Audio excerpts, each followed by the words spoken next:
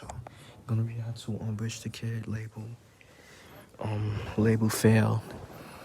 Rich Favla. Years ago, Rich the Kid was at the top of the game, dropping platinum hits and working with huge artists like Lil Wayne and Kendrick Lamar. He tried to level up. Y'all remember that song? No Freezer, not doing that dance. My bitch used that song. Like that song was alright. Respectfully, it was alright. He started his own label, but after a ton of drama, lawsuits, and internal beef, the whole label is falling apart. Here's how Rich Forever, the label, fell off. Yeah, I remember Son did a song with Ari. I'm just Ari, you know. You know, the YouTuber. Now she falling off. Like, I'm just Ari. She fell off. Like she dead fell off. Respectfully, she really fell off. Nobody cares about Ari. Rich started dropping music back in 2013, but it took a little while for him to get popping.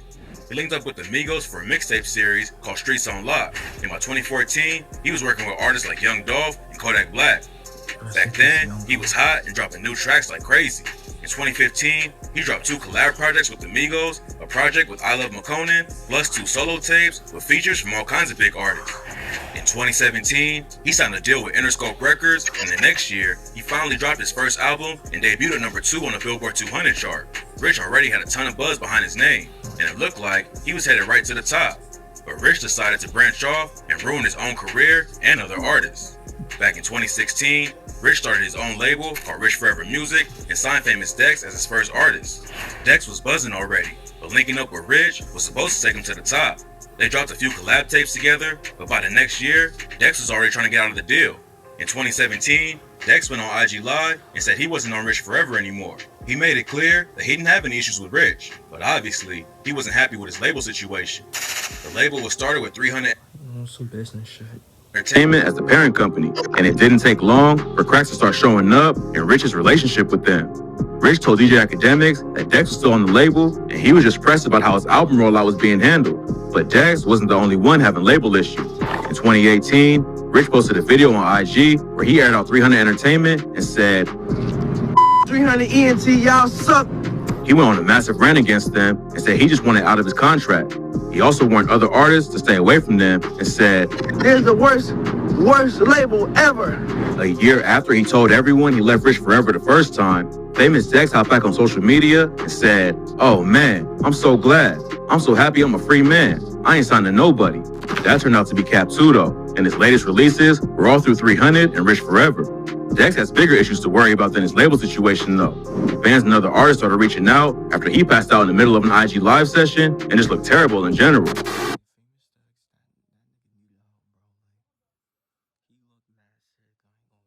At first, Dex clapped back and said he wasn't even using drugs and told everyone to stay out of his business. But in January 2021, he checked into rehab. Unfortunately, he only stayed for a month and ended up relapsing. And last September, he got booked for violating a protection order his ex had against him. He served about a year in jail, but fans got good news when he announced that he was heading straight to rehab after he got out. Luckily, Dex seems like he's in a better place now. But he's not the only rapper who wasn't happy with Rich Forever. Jay Stash was the second artist Rich signed to the label. He showed up on the label's first collab project, Rich Forever Music, but he ended up leaving the label right after. It's not clear what went down behind the scenes or why he left, but Stash's story came to a tragic end this year on New Year's Day. Stash had been dating a woman named Jeanette Gallegos for around a year. She had 3 sons, aged 5 to 11, but Stash wasn't related to any of them. And on New Year's Day, 2022, Stash shot her to death in front of the kids and then turned the gun on them. Damn, son is a demon, bro. This nigga's a demon, bro, for that. He wildin'.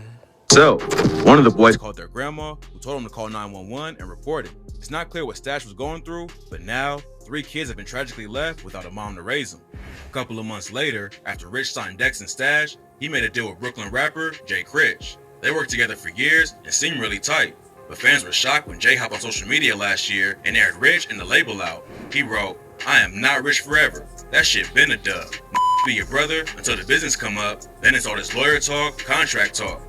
Rich clapped back on his Insta story and just wrote, "Loyalty over royalty." And then the next day, he went after Jay for going behind his back and snaking him over 100K. According to him, Jay cut a new deal, crossed him out of the picture. Rich said that he made Jay who he was, but Jay had no loyalty at all. Jay responded by accusing Rich of trying to hold him back and trying to get involved with deals he shouldn't even be a part of. The situation looked like it might turn into a full-on beef. Then Rich went on Zane Lowe's New Music Daily Show and said it got out of hand because everyone was mixing up their emotions with business. Luckily, Jay and him were able to squash the beef, and they're still working together even though Jay left the label. Rich doesn't just beef with artists signed to his label. He's also had issues with dudes who wanted to sign but never got the deal done. Back in 2017, Lil Uzi Vert was signed to Generation Now and had some beef over them delaying his album. He tweeted that new rappers shouldn't sign to the label, and Rich hopped on Twitter and By the way, Lil Uzi Vert's a better artist than Rich the Kid. Just want to say that. Just want to throw that out there. Said, that's why he should have signed Rich forever. Uzi clapped back and told him, "Boy, I'm not signing for 20 racks." The situation wasn't really an issue at that point, but then Rich went on the Cruise show and said he wouldn't sign Uzi because of personal reasons. Uzi responded with an infamous comeback where he posted a picture of himself holding a crab and tagged Rich as the crab. They were Calling that nigga a crab, bro. Calling Rich the Kid a crab. Wow. sending shots back and forth on social media. But Rich made the beef official. He dropped the track Dead Friends and said, teach you how to be a boss. Top got dropped off, all them dead friends. You a middleman, you a little man. Your money getting shorter. Dead Friends was a reference to Uzi's song XO Tour Life. On that track, Uzi said, I don't care if you cry. On the real, you should have never lied. Saw the way she looked me in my eyes. She said, I am not afraid to die. And on Dead Friends, Rich flipped it and rapped, put my pride to the side, I could never lie. I don't care if you cry, let them die. The track was already disrespectful, but the video took it to the next level. Rich hired an Uzi lookalike to get jumped and buried by him and his crew. Uzi responded with the track Rich Forever and said, I got the Glock and my laser is beaming. These is boring. Tell me when they're leaving. Rambo on my diamonds, but I am not reading.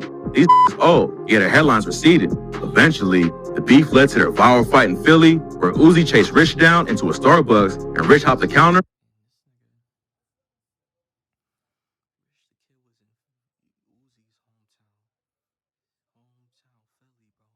and ran away.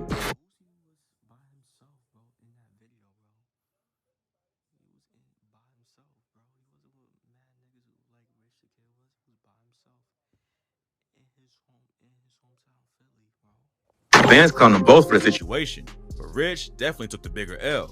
Rich and Uzi ended up squashing the beef, but Rich had plenty of other issues to deal with. In 2018, Fashion Nova hired Rich as a celebrity influencer and cut him a $100,000 check in advance. He was supposed to promote the brand on social media and in a song, but apparently he just took the cash and ran. They sued him for damages, and Rich ended up having to pay over $130K to settle it. That wasn't the only contract he broke though. Back in 2020, his old management group, Blueprint Artist Management, hit him with a $3.5 million lawsuit and said he never paid them their commission.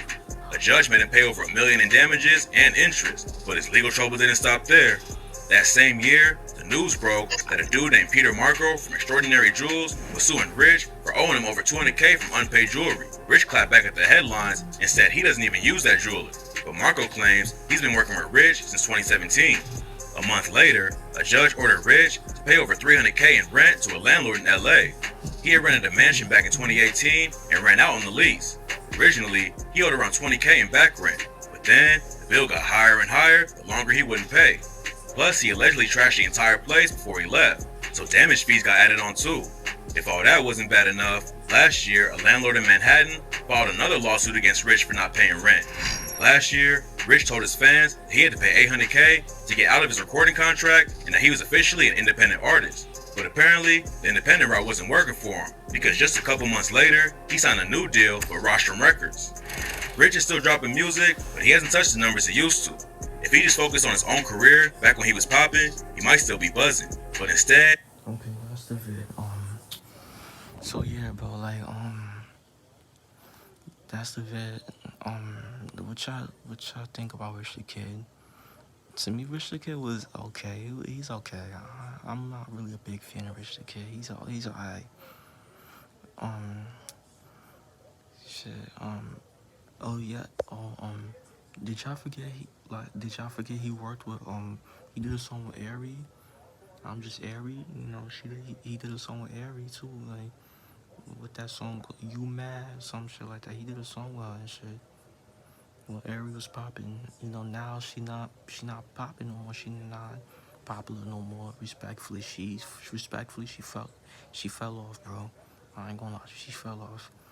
So yeah, bro, make sure y'all like, comment, subscribe. Y'all know the vibes. Wherever you're checking out, you are.